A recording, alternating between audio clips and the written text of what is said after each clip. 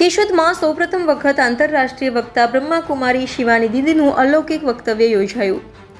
ગામે ગામથી મોટી સંખ્યામાં મહાનુભાવોની હાજરી જોવા મળી.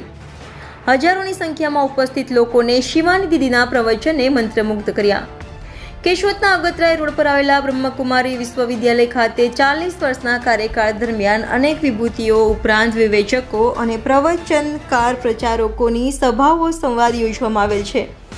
ત્યારે કેશોદ શહેર અને ગ્રામ્ય વિસ્તાર સહિત આસપાસના તાલુકાઓમાં બ્રહ્મકુમારી ઈશ્વરીય શક્તિનો પરોક્ષ અનુભવ કરનાર સેવકોની સંખ્યા વધારે હોય ત્યારે સુંદર કામગીરીને પ્રાધાન્ય આપી આંતરરાષ્ટ્રીય વક્તા બ્રહ્માકુમારી શિવાની દીદી ઉપરાંત દેશના ખ્યાતનામ ગાયિકા ડૉક્ટર દામિની બહેન અને રાજયોગ તજજ્ઞ ઈશિતાબહેન ખાસ ઉપસ્થિત રહ્યા હતા.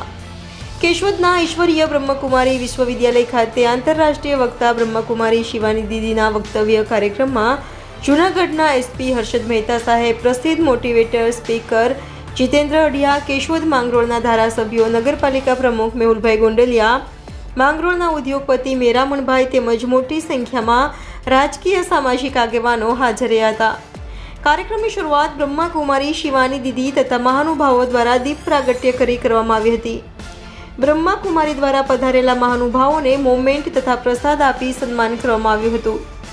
કેશોદ બ્રહ્માકુમારી વિશ્વવિદ્યાલયના સંચાલિકા રાજયોગિની બ્રહ્માકુમારી રૂપા દીદીના માર્ગદર્શનથી સમગ્ર કાર્યક્રમ યોજવામાં આવ્યો હતો.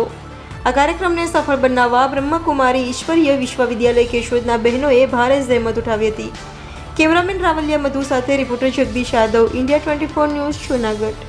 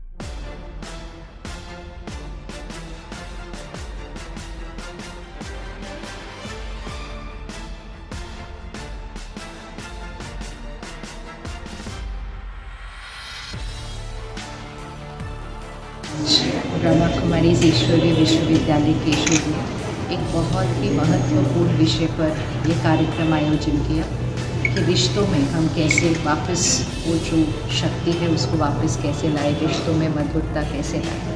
तो ज़्यादातर रिश्तों में हम दूसरे की तरफ देखते हैं और कहते हैं दूसरा जिम्मेवार है रिश्ते के लिए, लेकिन राजयोग हमें सिखाता है कि हमारे मन की स्थिति हमारी अपनी है.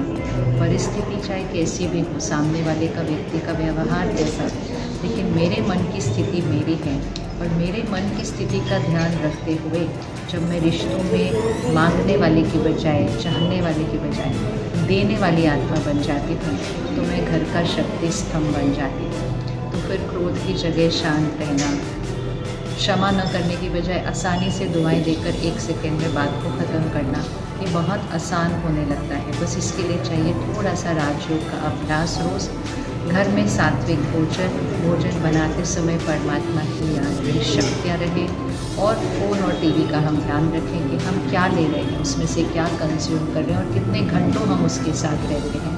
और हर एक थोड़ी देर के लिए अपने जीवन के अंदर राजयोग सीख कर राजयोग का अभ्यास करता रहे तो परिवार वो ही है, लेकिन परिवार को संभालने की शक्ति आ जाएगी जिसकी हर एक को आज ज़रूरत है.